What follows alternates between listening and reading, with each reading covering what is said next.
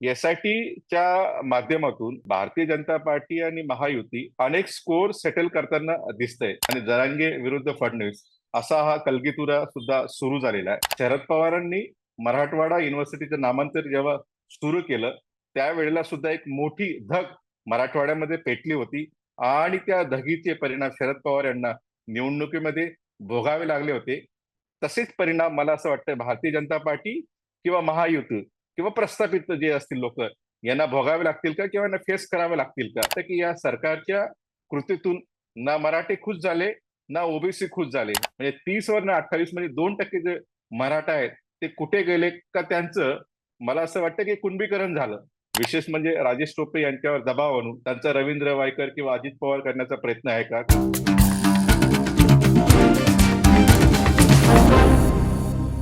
नमस्कार, मी सुधीर सूर्यवंशी. महाराष्ट्रामध्ये जर आपण काही दिवसापासून बघत असाल की महाराष्ट्राचं राजकारण अनेक गोष्टींनी तापलेलं आहे. सध्या ते तापलं आहे जरांगे पाटील यांच्या 7 महिन्याचं जे मराठा आरक्षणासाठी जे आंदोलन चालू होतं ते आंदोलनामध्ये अनेक चढउतार आले आणि चढउतार येत असताना सरकारने महाराष्ट्र सरकारने म्हणजे महायुतीने काल एसआयटी म्हणजे स्पेशल इन्व्हेस्टिगेटिव्ह टीम ची स्थापना करण्याची घोषणा केली आणि जरांगे पाटील यांचं आंदोलन त्या आंदोलनाला कोणी फंडिंग केले आहे का? जसं महाराष्ट्राचे उपमुख्यमंत्री आणि गृहमंत्री देवेंद्र फडणवीस म्हटले की अनेक ठिकाणी वारूम ओपन करण्यात आल्या होत्या, अनेक जणांनी त्याला फंडिंग करण्यात आली होती आणि हे आंदोलन त्यांनी कन्स्पिरसीचा भाग म्हणून सुद्धा डिक्लेअर केलं.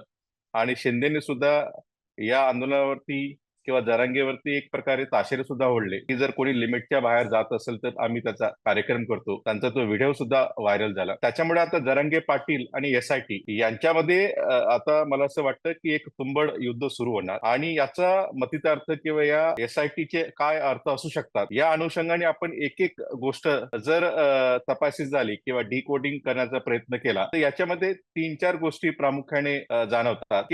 या एसआयटी मार्फत राज्य सरकारला म्हणजे महायुतीला काय काय साधायचं आहे. कालचं आपण जर विधानसभेतलं भाषण ऐकलं असेल अनेक नेत्यांचं, त्याच्यामध्ये प्रामुख्याने शरद पवार गटावरती ताशेरे ओढण्याचा किंवा टार्गेट करण्याचा प्रयत्न केलेला दिसतो जरांगे पाटील यांच्या माध्यमातून. राजेश टोपे असतील, रोहित पवार असतील किंवा खुद्द शरद पवार हे जरांगे पाटील यांच्या आंदोलना मागे आहेत का किंवा याबद्दल शंका उपस्थित करून किंवा एसआयटी ते इन्व्हेस्टिगेट करेल अशा पद्धतीने सुरुवात केलं. आता एसआयटी जर आपण बघितलं की महाराष्ट्रामध्ये एवढ्या एसआयटी मागच्या कालावधीमध्ये स्थापन झाल्या की गृहमंत्र्यांना सुद्धा माहिती नसेल की किती एसआयटी झाल्या. आपल्याला आठवत असेल की मागच्या हिवाळी अधिवेशनामध्ये की त्याच्या अगोदर सुद्धा दिशा सालीन या प्रकरणावर सुद्धा एसआयटी स्थापन झाली होती. त्या एसआयटीचं पुढे काय झालं कोणालाच माहित नाही. त्याच्यामुळे अशा जर आपण बघितलं अनेक एसआयटी झाल्या. आता ही एसआयटी कशा पद्धतीने काम करते किंवा कसं कन्क्लूड करते किंवा पुढे जाते का हे सुद्धा बघण्याचं महत्वाचं असेल. त्याच्यामुळे मला असं वाटतं की एसआयटी फक्त शरद पवार या गटाला टार्गेट करते कारण की त्यांचं असं म्हणणं आहे की या आंदोलनामध्ये शरद पवार प्रामुख्याने आहे. पण आपण जर थोडं खोलात गेलं किंवा जरांगे पाटील यांच्या आंदोलनामध्ये कोणी कोणी मदत केली ते जर बघितलं तर प्रामुख्याने शिंदे गटाचे अनेक आमदार किंवा मंत्री सुद्धा आहेत. म्हणजे तानाजी सावंत असतील, अर्जुन खोतकर असतील. सुरुवातीचा काळ असं वाटत होतं की शिंदेंनी आणि जरांगेंनी एक मॅच फिक्सिंग करून शिंदेचं नेतृत्व इस्टॅब्लिश करण्यासाठी जरांगेंनी हे आंदोलन सुरू केलंय का अशा पद्धतीने सुद्धा एक शंका उपस्थित करण्यात आली होती. आणि ज्या पद्धतीने त्यांनी मोठ्या प्रमाणात समूह घेऊन मुंबईमध्ये कूच केली होती आरक्षणासाठी, पण ते मुंबईपर्यंत न येता मुंबईच्या वेशीवर म्हणजे वाशी नवी मुंबई येथे त्या आंदोलनाची सांगता केली आणि सगळे सोयरेचा ड्राफ्ट याच्यावरती समाधान म्हणून एक गुलाल उधळण्यात आला. मुख्यमंत्री स्वतः मुंबईवरनं वाशी इथे आली, मोठी सभा घेतली आणि मराठ्यांना आरक्षण मिळालं, आरक्षण मिळालं अशा पद्धतीने एक इफोरिया तयार करण्यात आला होता. पण त्याच्यानंतर जेव्हा लक्षात आलं की मराठ्यांना काहीच मिळालं नाही, नंतर जरांगेंनी पुन्हा त्याचं उपोषण सुरू केलं आणि आता तेच जरांगे जे एकनाथ शिंदे यांचे जवळचे काही दिवसापूर्वी वाटत होते, तेच जरांगे आता भारतीय जनता पार्टी प्रामुख्याने देवेंद्र फडणवीस यांना असं वाटतं की जरांगे आता शरद पवारांच्या जवळचे. त्याच्यामुळे मला असं वाटतं सरकारने किंवा भारतीय जनता पार्टी यांनी ठरवून घ्यावं जरांगे हे एकनाथ शिंदेचे का शरद पवारांचे हे महत्वाचं आहे आणि त्याच्यानंतर काही गोष्टी आपल्याला उलगडता येतील. दुसरं म्हणजे जरांगे पाटील यांचं आंदोलन आणि एसआयटीच्या माध्यमातून भारतीय जनता पार्टी आणि महायुती अनेक स्कोर सेटल करताना दिसतंय. विशेष म्हणजे राजेश टोपे यांच्यावर दबाव आणून त्यांचा रवींद्र वायकर विशेष म्हणजे राजेश टोपे यांच्यावर दबाव आणून त्यांचा रवींद्र वायकर किंवा अजित पवार करण्याचा प्रयत्न आहे का? कारण की राज नेतृत्व आहे त्याच्यावर दबाव आणण्याचा प्रयत्न करतात का या एसआयटीच्या मार्फत, हे बघणं सुद्धा महत्वाचं ठरेल. दुसरी महत्वाची गोष्ट, एकनाथ शिंदे आणि जरांगे यांचं जे संबंध होते, जे शिंदेची मराठा लिडरशिप इस्टॅब्लिश करण्यामध्ये, सीएम पद भक्कम करण्यामध्ये जरांगेची भूमिका आहे का? मला असं वाटतं की भारतीय जनता पार्टी एसआयटी मार्फत शिंदेच्या सुद्धा चेकमेट करण्याचं किंवा शिंदेना सुद्धा च्या विरोधात जे काही इंटरनल वार चालू आहे देवेंद्र फडणवीस आणि एकनाथ शिंदे यांच्यामध्ये, ते सेटल करण्याचा हा प्रयत्न आहे का? कारण की ज्या पद्धतीने एकनाथ शिंदे स्वतः जाऊन आंदोलन जरांगेंना भेटले होते, नंतर त्यांच्या आंदोलनाची सांगता केली, त्यांना निंबू पाणी असेल सरबत दिलं, पण त्यावेळेस फडणवीस यांनी मला वाटतं ज्या दिवशी लाठीचार्ज झाला मराठ्यांचा, जो आंदोलन चालू होतं सराटी या गावामध्ये, त्या दिवसापासून त्यांनी माफी मागितली. जो लाठीचार्ज झाला त्या दिवसापासून त्यांनी 4 हात लांब राहणं पसंत केलं होतं. पण अचानक त्यांनी याच्यामध्ये एक ऍक्शन मोड मध्ये येऊन जरांगेवरती खूप अलिगेशन केले आणि जरांगेने सुद्धा त्यांच्या विरोधात मोठ्या प्रमाणात अलिगेशन्स केले आणि जरांगे विरुद्ध फडणवीस असा हा कलगीतुरा सुद्धा सुरू झालेला आहे. त्याच्यामुळे येणाऱ्या काळामध्ये अनेक गोष्टी आपल्याला बघायला मिळतील या आंदोलनाच्या मार्फत. दुसरं महत्वाचं की या आंदोलनामध्ये जरांगे वर्सेस फडणवीस जो मुद्दा मी घेतला, त्याच्यामध्ये मला असं वाटतं की लोकसभेचे इलेक्शन काही दिवसांवरती येऊन ठेपलंय आणि पुन्हा महाराष्ट्रामध्ये ब्राह्मण वर्सेस मराठा किंवा ब्राह्मण वर्सेस बहुजन असा संघर्ष पेटतोय का? कारण की आपल्याला माहिती असेल जरांगेंनी खूप मोठ्या सिरियस अलिगेशन फडणवीस यांच्यावरती केलं. त्यांनी सांगितलं की देवेंद्र फडणवीस जरांगेंना मारण्याचा प्रयत्न करतात, त्यांच्या सलाईन मधून काहीतरी विष वगैरे देण्याचा प्रयत्न करतात आणि त्याच्यामुळे मला असं वाटतं की एका गृहमंत्री किंवा एका उपमुख्यमंत्र्यांविरुद्ध खूप गंभीर प्रकारचे असे आरोप त्यांनी केलेय आणि त्याच्यामुळे हा संघर्ष जर वाढला तर याचं पडसाद इलेक्शन मध्ये पडतील का? महाराष्ट्राला ऑलरेडी ब्राह्मण आणि ब्राह्मणेतर या संघर्षाची पार्श्वभूमी आहे.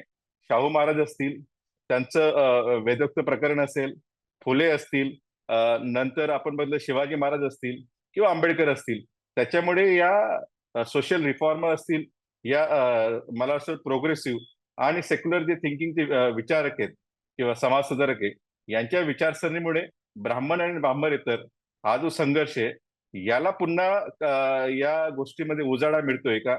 आणि ज्या पद्धतीने 2019ला आपल्याला आठवत असेल, शरद पवार एकाकी पडत असताना तेव्हा त्यांना ईडीची नोटीस आली आणि एक प्रकारे त्यांच्या पक्षाला किंवा त्यांना स्वतःला एक नवजीवन मिळालं, एक पुनर्जीवन मिळालं आणि न भूतो न भविष्यत असे शरद पवार यांना महाराष्ट्राच्या विधानसभेमध्ये 55 जागा या निवडून आल्या होत्या. ज्या जागा 15-20 च्या वरती निवडणार नव्हत्या, त्या जागा अचानक विधानसभेमध्ये 55 पर्यंत गेल्या होत्या.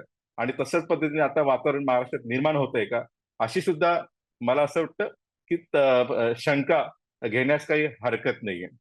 सर्वात महत्वाचे म्हणजे जरांगेच्या आंदोलनाने जर आपण बघितलं, देवेंद्र फडणवीस यांची बाजू घेताना अनेक प्रस्थापित म्हणजे मंत्री असतील किंवा आमदार असतील किंवा खासदार असतील, असे प्रस्थापित मराठे बाजू घेत आहेत.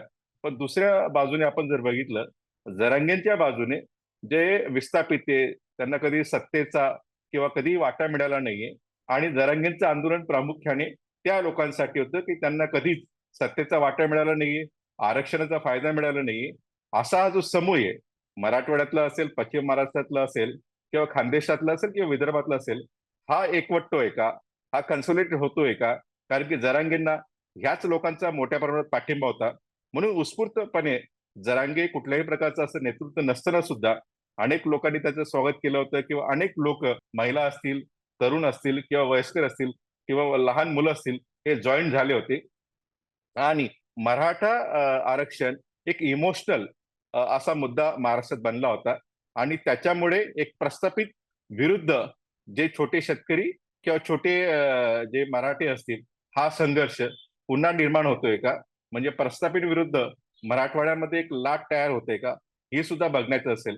आपल्याला आठवत असेल, शरद पवारांनी मराठवाडा युनिव्हर्सिटीचं नामांतर जेव्हा सुरू केलं, त्यावेळेला सुद्धा एक मोठी धग मराठवाड्यामध्ये पेटली होती आणि त्या धगीचे परिणाम शरद पवार यांना निवडणुकीमध्ये भोगावे लागले होते.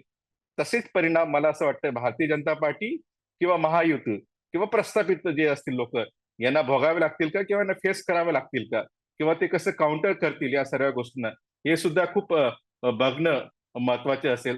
कारण की याच्यामध्ये अनेक जे लोक आहेत मराठवाड्यातले, हे चपेटमध्ये येऊ शकतात. जसे मुंडे फॅमिली असेल किंवा बहिणी असतील, याच्या सुद्धा ह्या आंदोलनाची त्यांना सुद्धा धग लागू शकते. आणि तिसरा महत्वाचा मुद्दा, मराठ्यांना 10% आरक्षण महाराष्ट्र सरकारने दिलं आणि ते सेपरेट आरक्षण आहे. पण ते देऊन सुद्धा ज्या पद्धतीने सगळे सोयरे यांचा जो ड्राफ्ट नोटिफिकेशन जाहीर केलं होतं, त्याच्यामुळे ओबीसी नाराज झाले होते आणि मराठ्यांना सगळे सोयऱ्याचा जो ड्राफ्ट पूर्ण अप्रूव्ह न झाल्यामुळे जरांगे नाराज झाले. म्हणजे मला असं वाटतं की या सरकारच्या कृतीतून ना मराठी खुश झाले ना ओबीसी खुश झाले. ऑलरेडी जर आपण बघितलं की महाराष्ट्रामध्ये जेव्हा गायकवाड कमिशन आलं होतं, देवेंद्र फडणवीस यांनी मुख्यमंत्री असताना स्थापन केलं होतं, त्यावेळेला महाराष्ट्रामध्ये 30% जवळपास मराठा ही कम्युनिटी होती. पण आता जो शिर्के जो आयोग आला, त्या आयोगाच्या बेसिसवरती 10% जे आरक्षण देण्यात आलं, त्या आयोगामध्ये मराठ्यांची संख्या फक्त 28% दाखवण्यात आली. म्हणजे 30 वरनं 28 म्हणजे 2% जे मराठा आहेत ते कुठे गेले का, त्यांचं मला असं वाटतं की कुणबीकरण झालं, हे सुद्धा बघणं महत्वाचं आहे. कारण की मधल्या काळामध्ये ज्यांच्या काही नोंदी असतील, जन्म असतील, अनेक जे शैक्षणिक दाखले असतील किंवा रेव्हेन्यू रेकॉर्ड असेल, याच्यामध्ये कुणबी नोंदी सापडल्यामुळे अनेक मराठ्यांनी आपलं कुणबी दाखले घेतले आणि ओबीसी मध्ये ते फायदे घेत आहेत किंवा फायदे घेण्याचा प्रयत्न करतायत. तर 2% जे मराठा ते कुणबी झाले का, हा सुद्धा मला असं वाटतं बघण्याचं म्हणजे संशोधनाचा विषय. कारण की हा रेकॉर्डचा विषय आहे. कारण की गायकवाड कमिशन मध्ये एके ठिकाणी 30% आणि आता काही वर्षानंतर ती 28% मराठीची संख्या झाली. तर 2% गेले कुठे, हा सर्वात महत्वाचा विषय याच्यामध्ये दिसतो. आणि तिसरं जे मी सांगितलं, शिंदे आणि जरांगे यांचं जे नातं होतं, जरांगे जेव्हा वाशीच्या वेशीवरती आले होते त्यावेळेला शिंदे सातारामध्ये आपली शेती करत होते, हेलिकॉप्टर ते गेले होते. मला असं वाटतं की स्ट्रॉबेरीची ते शेती त्या ठिकाणी बघत होते आणि जरांगे आंदोलन इथं होतं, म्हणून ते शिंदे चिल्ड आउट होते. कारण की त्यांची एक अंडरस्टँडिंग आहे का, एक मॅच फिक्सिंग आहे का, एवढं मोठं वातावरण होतं. आणि अचानक शिंदे च्या विरोधात जरांगे गेले, अचानक भारतीय जनता पार्टी शिंदेच्या विरोधात जाऊन या सर्व गोष्टी. प्रवीण दरेकर यांनी तर सांगितलं की मुख्यमंत्र्यांनी याच्यामध्ये ज्या पद्धतीने सुरुवातीला एक लॉंग रोप जरांगेनं दिला, त्याच्यामुळे जरांगे हे आंदोलन एवढं वाढलं आणि त्याच्यामुळे हे सर्व गोष्टी आता बोलाव्या लागतात किंवा त्यांना करावं लागतंय. म्हणून मला असं वाटतं की हा सरकारला घरचा आहेर आहे का, हा सुद्धा महत्वाचा प्रश्न आहे. दुसरं महत्वाची गोष्ट, जरांगे वरती सरकार ईडी किंवा सीबीआय किंवा जे काही सेंट्रल एजन्सी हे कुठल्याही प्रकारच्या गोष्टी हे करू शकत नाही. जरांगेवरती एसआयटीची त्यांनी चौकशी लावली, पण जरांगे एसआयटीला न घाबरते स्वतः सांगतात मी 50 वर्षे जेलमध्ये जायला तयार आहे, समाजाला आरक्षण मिळालं पाहिजे, समाजासाठी लढतोय. त्याच्यामुळे ते कुठल्याही प्रकारचे एक एक लोकल लीडर म्हणून ते खंबीरपणे उभे आहेत आणि त्याच्यामुळे लोक खंबीरपणे त्यांच्या पाठीशी उभे राहतात का येणाऱ्या काळामध्ये, हे सुद्धा बघणं खूप महत्वाचं आहे. कारण की याचे पडसाद येणाऱ्या काळामध्ये हे महाराष्ट्राच्या राजकारणावर पडतील. आणि शेवटचं आणि महत्वाचं म्हणजे या येणाऱ्या लोकसभेमध्ये त्याचा इम्पॅक्ट कसा असू शकतो किंवा विधानसभेमध्ये. मला असं वाटतं की आता या गोष्टीचा मला वाटतं कन्क्लुजन काढणं खूप कठीण आहे. कारण की प्रामुख्याने हे आंदोलन अजून एक सिमरिंग स्टेजमध्ये आहे आणि त्याचं एक्झॅक्टली कुठल्या दिशेने जाईल हे सांगता येत नाही. पण एक गोष्ट क्लिअरली दिसते की हे आंदोलन प्रस्थापितांविरोधात आहे. हा संघर्ष प्रस्थापितांविरुद्ध आहे. त्याच्यामुळे प्रस्थापित जेही असतील ते सत्ताधारी असो विरोधक असो, याचा फटका येणाऱ्या निवडणुका असेल किंवा लोकसभा असेल किंवा विधानसभा असेल, या निवडणुकीमध्ये त्यांना नक्की पडताना दिसेल. धन्यवाद. हा व्हिडिओ तुम्हाला आवडला असेल तर नक्की सांगा, आपल्या प्रतिक्रिया कळवा. खूप खूप धन्यवाद हा व्हिडिओ बघितल्याबद्दल.